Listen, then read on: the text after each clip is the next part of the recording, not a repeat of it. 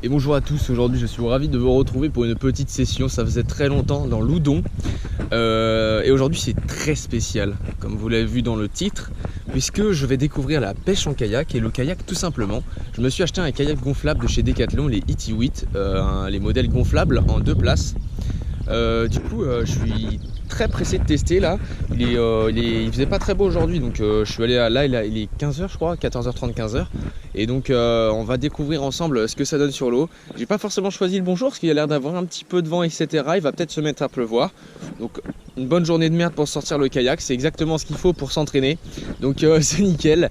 Je sais pas trop comment je vais organiser ma pêche. Est-ce que je vais plutôt pêcher sur la distance? Est-ce que je vais plutôt pêcher un spot et ensuite aller sur un autre spot, etc. Je ne sais pas, donc on va découvrir ça tout ensemble maintenant. Je vais gonfler le kayak.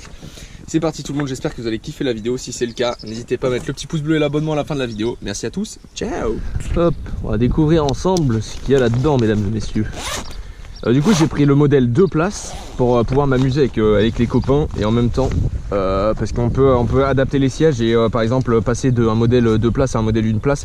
Du coup c'est pas mal, comme ça je gagne en stabilité pour pêcher les gros poissons, ça peut être cool. Et puis ça permettra de m'amuser avec mes potes si jamais j'ai envie de me faire des sessions kayak même sans pêcher, juste pour le fun, parce que ça reste quand même assez rigolo. Hop, j'ai pris le modèle en bleu parce que moi je suis un fan de tuning. Hop. Voilà, donc il est plus classe. Tac. Donc ce que je vais faire, c'est que je vais de suite adapter les sièges par rapport à ce que moi je veux faire. Donc je vais l'enlever ici. Hop, mesdames et messieurs. Ok, donc comment ils font?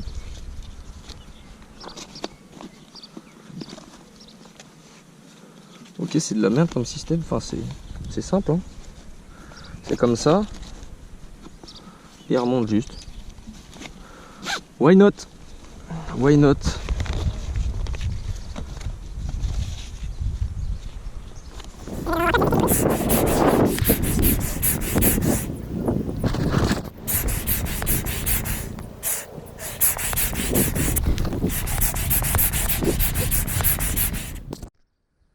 Voilà, le gonflage il est terminé. On va maintenant mettre les dérives. Donc si j'ai bien compris, c'est les petits trucs qui se mettent en dessous là, les petits ailerons de requin. Hop, le temps commence à tourner au vinaigre les amis. Bon, ça me saoule, allez hop. Tac. Tac. Alors est-ce que c'est toutes les mêmes? Oui. À quoi ça sert ça? Je ne sais pas. Bon, le kayak est vraiment léger hein, par contre. Il fait 14 kg.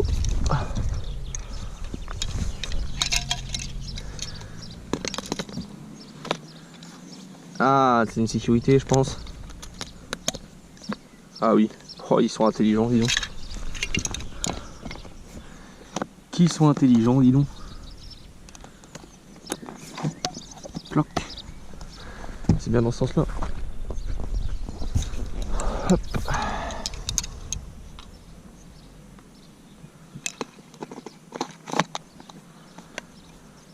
Hop. Cloc.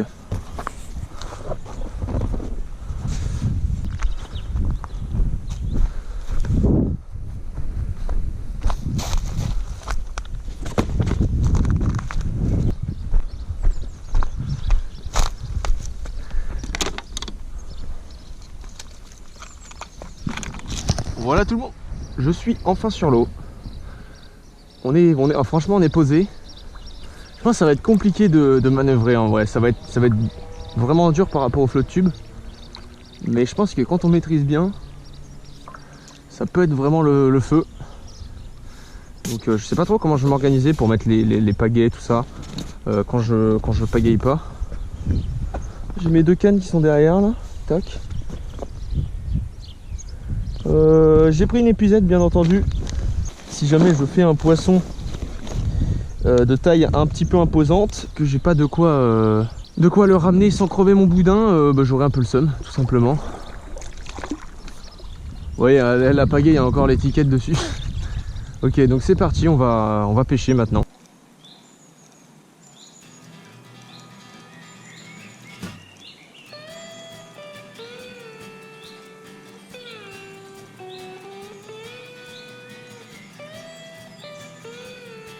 Oh putain, il y a une perche.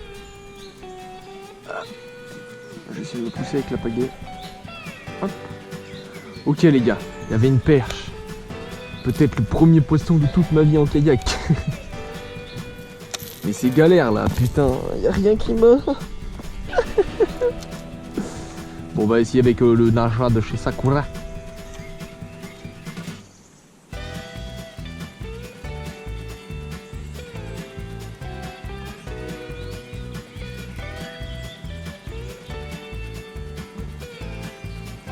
Y a rien qui mord, frère, c'est insane en fait.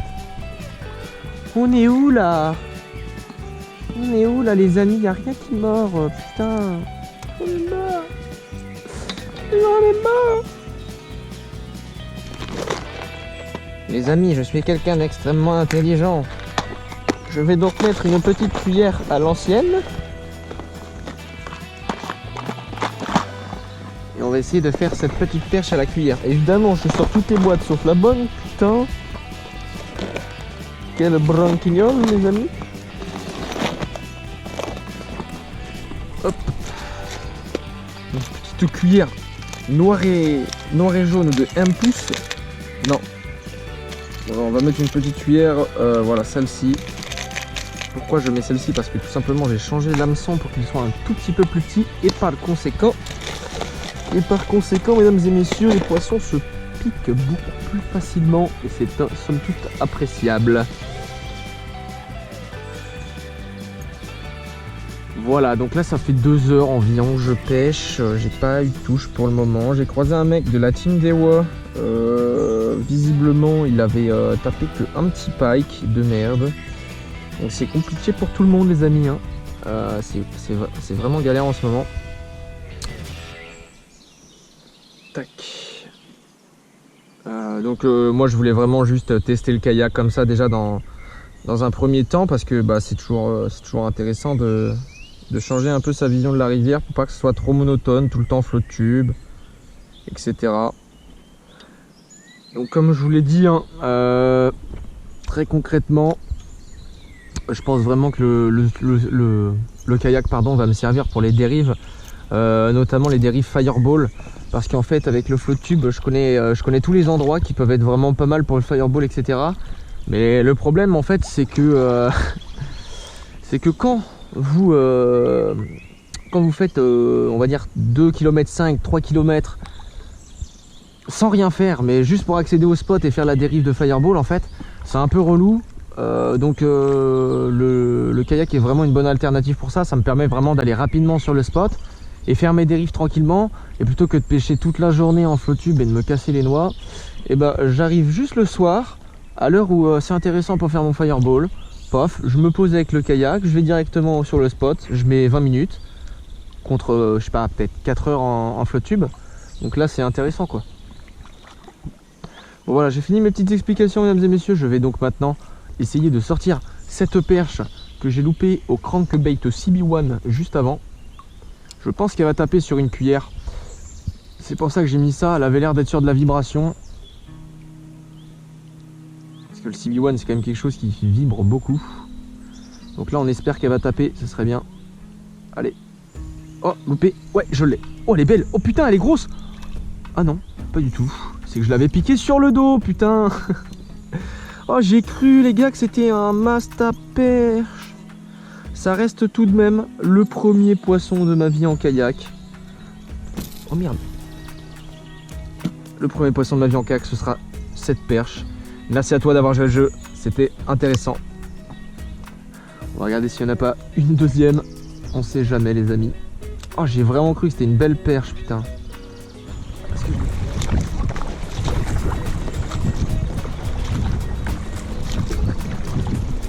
Là vous voyez mesdames et messieurs que je commence à prendre le coup de main. C'est plutôt appréciable quand on voit la vitesse où je vais. Franchement je vais peut-être 10 fois plus vite qu'en flotte tube, donc c'est vraiment sympa, ça fait plaisir hein. J'ai aucune idée de combien je peux aller, peut-être une dizaine de km/h peut-être, pas plus. Mais c'est déjà beaucoup hein. Quand on va dans l'eau On va aller voir ça. Hop.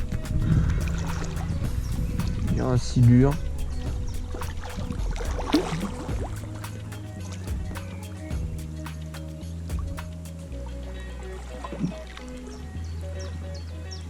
Ouais, c'est un silure.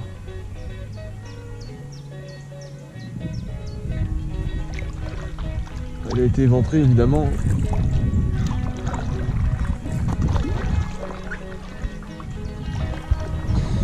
Vous voyez les gars, on vient de voir un silure, un petit silure qui a été éventré. Moi, je me mets au kayak et je fais les mêmes découvertes que Jordi. Du coup, à savoir des silures victimes du massacre humain. C'est bien dommage, mais bon, je ne peux rien y faire.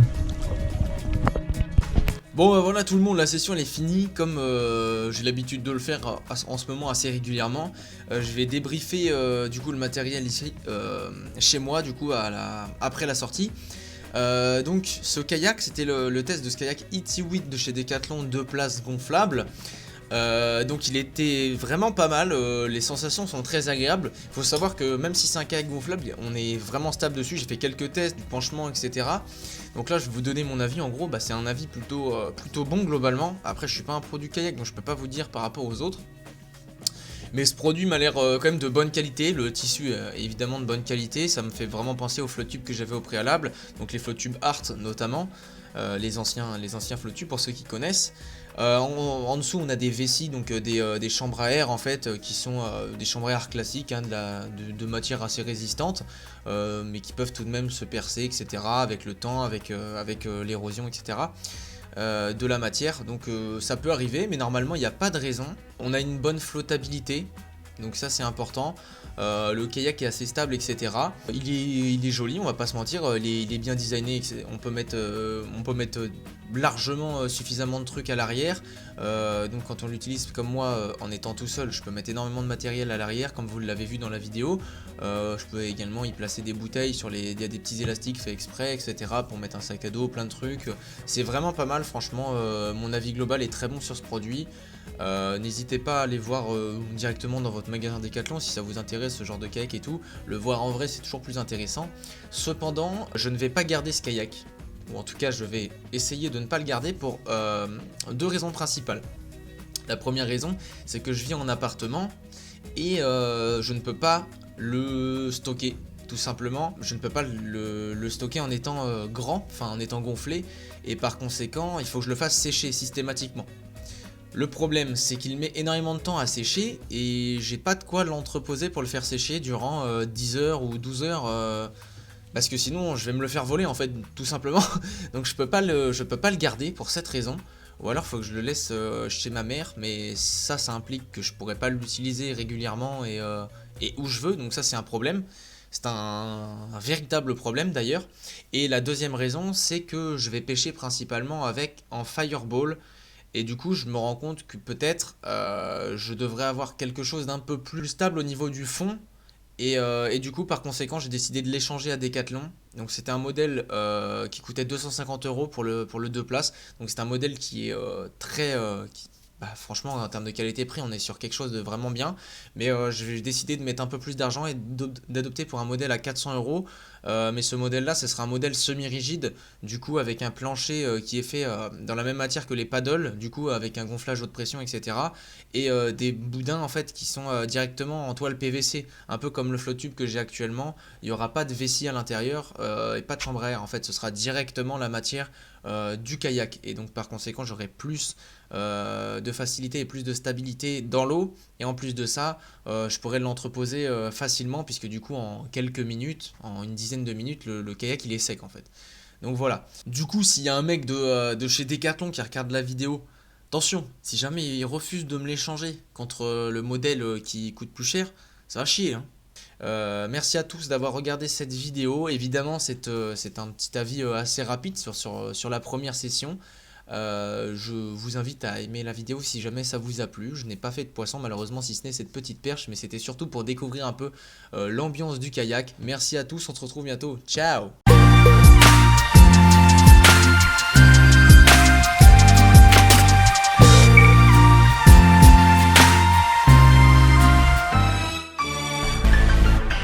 Car la pêche